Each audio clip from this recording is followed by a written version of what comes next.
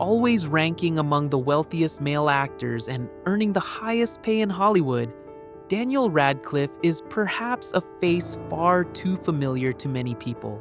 He became a movie star at the age of 12 thanks to his role as Harry Potter in the famous film series of the same name.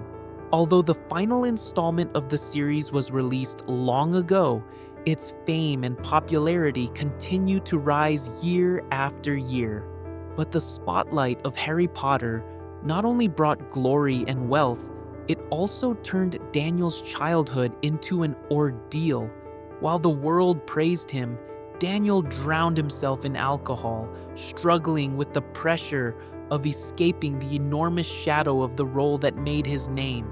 He even shocked the world when he decided to abandon the Harry Potter image to perform fully unclothed on stage, prompting people to ask, is this still the Hogwarts wizard boy we once knew? So, in the end, what did Daniel Radcliffe go through to survive after Harry Potter? Let us retrace the turbulent journey and uncover the untold truths in today's video. Daniel Jacob Radcliffe was born at Queen Charlotte's and Chelsea Hospital in Hammersmith, London, England, on July 23, 1989. At just 6 years old, while studying at a private school, young Radcliffe made his debut in a school amateur play, portraying a little monkey. From then on, he began persistently attending auditions for child actors. Initially, his parents strongly opposed it, largely because Daniel had dyspraxia, which made him quite clumsy in his studies. Radcliffe first expressed his desire to act at the age of 5 and made his first appearance at the age of 10 in BBC One's two-part adaptation of Charles Dickens' novel David Copperfield, 1999, playing the young protagonist. He made his film debut in The Tailor of Panama, 2001, an American film based on John le Carré's 1996 spy novel, which was a modest commercial success. In 2000, producer David Heyman met Radcliffe while he was at the theater with his father, a well-known writer and Heyman's friend.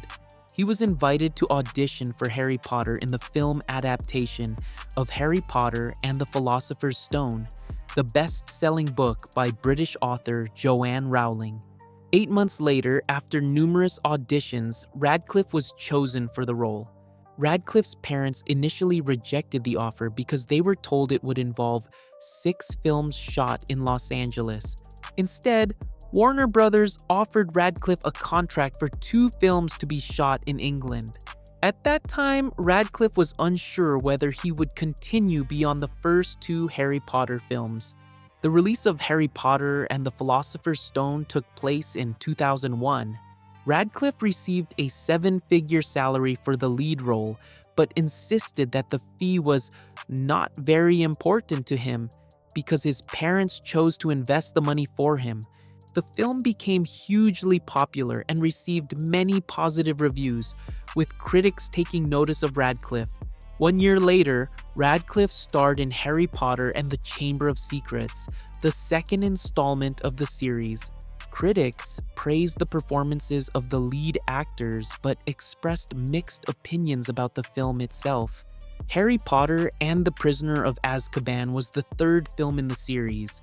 Radcliffe's performance was criticized by film critic Scott from the New York Times, who felt co-star Emma Watson had to carry him with her performance. Harry Potter and the Goblet of Fire became the 2nd highest grossing Harry Potter film at the time, and Radcliffe pointed to its humor as a reason for the film's creative success. The future of the series became uncertain when Radcliffe, Watson, and co-star Rupert Grint hesitated to sign on to continue their roles. However, by March 2007, Radcliffe had signed on for the final Harry Potter films. His signing ended weeks of media speculation that he might lose the role due to his involvement in Equus, in which he performed in a highly revealing stage role. Radcliffe reprised the role of Harry for the 5th time in Harry Potter and the Order of the Phoenix. His performance earned him several award nominations, and he received the 2008 National Movie Award for Best Male Performance. Radcliffe, Grint, and Watson left their handprints, footprints, and wand marks in front of Grauman's Chinese Theater in Hollywood.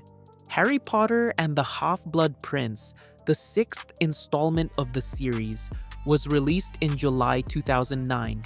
At that time, Daniel was paid $24 million. Also, in that year, he was listed in the Guinness World Records as the highest paid actor of the decade.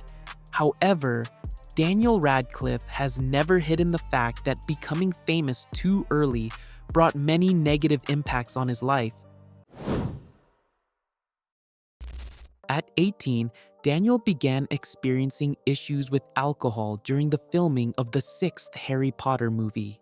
The actor spent too much time in bars. He was constantly anxious because people always paid attention to him, so he tried to cope with the mental pressure through drinking. Not just seeking fun, he fell into endless late-night parties to temporarily escape the pressure of being overwhelmingly famous. Daniel said he struggled intensely to deal with his immense fame and the excessive idolization from fans. But importantly, Daniel knew when to stop. After a period of heavy drinking and long days isolating himself in his room with overwhelming intoxication, the actor firmly quit because he realized alcohol never truly made him feel better. Fortunately, thanks to the help of his parents and trustworthy close friends, Daniel overcame this dependency. They were the ones who guided him down the right path and prevented him from ruining his life. Daniel Radcliffe may never have another role as iconic as Harry Potter, but he is not someone who easily gets lost in excess and loses himself. In a glamorous place like Hollywood, Daniel Radcliffe's determination helped him endure. More accurately, perhaps it was because he did not grow up in the indulgence of the film capital, but in the protective environment of the misty British homeland. In November 2015, Daniel Radcliffe received his own star on the Hollywood Walk of Fame. For many, it was a long overdue recognition, as he had been a globally renowned name for years. After Harry Potter, audiences saw Daniel Radcliffe in a wide range of films, from horror, comedy, and commercial movies to more niche psychological films like Kill Your Darlings. Not choosing nor being specifically targeted for blockbuster productions, Daniel mostly appeared in independent, low-budget projects with many unique and impressive transformations. At the end of 2011, director James Watkins invited Daniel to star in the horror film The Woman in Black. Around this time, Daniel also faced rumors of a romantic relationship with assistant director Roseanne Coker, whom he met on the Harry Potter set. Later, Daniel publicly confirmed the relationship, and the two moved in together. However, Ross was unhappy with some of Daniel's habits, such as being messy and not knowing how to cook.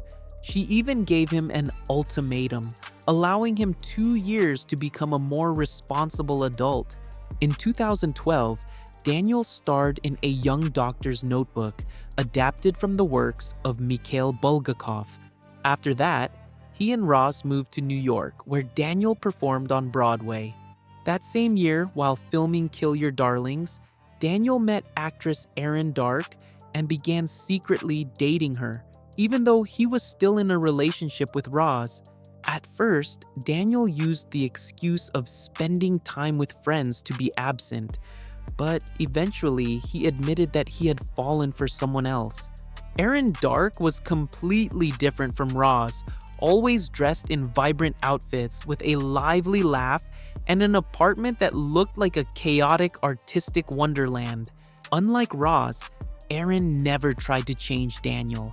She was 5 years older, more experienced in relationships, and understood that trying to change a man is nearly impossible. It might sound like they were soulmates, but the relationship wasn't always peaceful. After finishing his Broadway contract, Daniel kept some distance from his girlfriend and returned to England. He shared that he felt scared by how quickly their relationship was progressing.